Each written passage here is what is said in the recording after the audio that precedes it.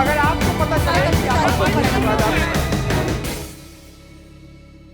India today माई access का सर्वे है, वो ये कहता है कि 15% वोट अदर्स को मिल सकता है, जिसमें बाप पार्टी है, आदिवासियों की एएसपी और आरएलपी का गठबंधन है और निर्दलीय है। क्या इसका इस तरह का निष्कर्ष हो सकता है, या ये थोड़ा सरलीकरण हो जाएगा कि जो अदर्स का परफॉर्मेंस बढ़ा है वो इस बात का प्रतीक है कि दोनों ही पार्टियों ने इस बार टिकट बंटवारे में बड़ी गड़बड़ियां की हैं? कुलदीप, आई थिंक टिकट में गड़बड़ियां एक एलिमेंट इसलिए भी इमर्ज करता है कि हर राज्य में, हर पार्टी में अपने इंटरनल डिवीजन इतने थे कि टिकट की बंडरबांट हुई है कि ये मेरा। आदेश ने आपको एक इंसिडेंट नहीं बताया कि कांग्रेस के अंदर इंडिपेंडेंस को जो पिछली बार इंडिपेंडेंस जीत के आए थे, अशोक गहलोत के साथ हो गए थे, 13 में से 12 को टिकट दिया गया। तो उसको लेकर के जो कांग्रेस की कमेटी है इलेक्शन टिकट्स की, उसमें राहुल गांधी और अशोक गहलोत के बीच में तनातनी हो गई थी। सचिन पायलट ने उसका मुखर विरोध किया था। Sonia Gandhi had to intervene कि साहब इस तरह की तनातनी ठीक नहीं है। उसके बाद बीएसपी के जो 6 लोगों का विलय करवा लिया था अशोक गहलोत ने, उसको लेकर के झगड़ा हुआ कि इनको टिकट आप कैसे दें। उनमें शायद 4 को टिकट मिला है, उनमें से एक वो राजेंद्र गुड़ा भी हैं जो कि लाल डायरी लिए हुए अशोक गहलोत के खिलाफ फिर रहे हैं। एक टाइम पे वो उनके सरकार बचाने वाले थे जिस समय पे उनपे संकट के बादल मंडरा रहे थे।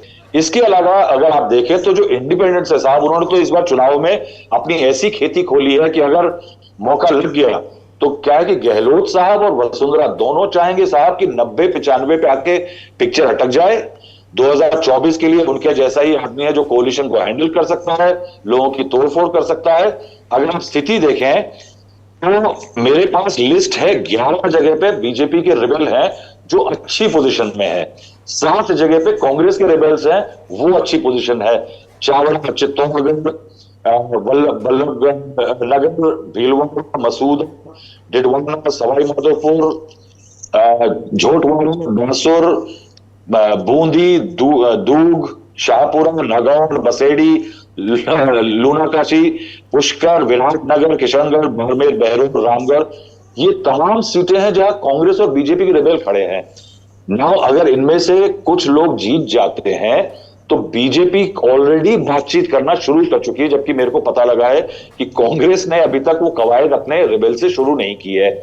बीजेपी में एक फायदा है कि अगर बीजेपी 95 तक आ जाती है उसके बाद साहब देखिए संसाधनों की कोई कमी नहीं है, इलेक्टोरल बॉन्ड बल्ले बल्ले है और वो कहीं ना कहीं आकर के वो इस्तेमाल हो जाएगा कि कहीं लोगों की खरीद फरोख्त होने में आसानी हो जाएगी।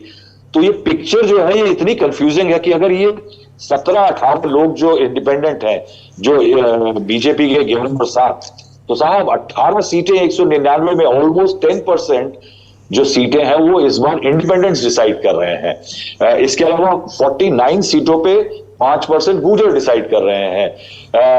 नॉर्थ गुजरात, नॉर्थ राजस्थान और थोड़े इलाकों के दलित 4% डिसाइड कर रहे हैं। तो आप समझिए कि ये जो फैक्टर अदर है ये बाकी सब पे एक तरह से भारी सिद्ध होने वाला है राजस्थान में। ये एक इन जनरल भी चर्चा है, एक मुहावरा चल रहा है कि जिसकी भी ऐसा लगता है कि वहां सरकार अशोधरा की आएगी।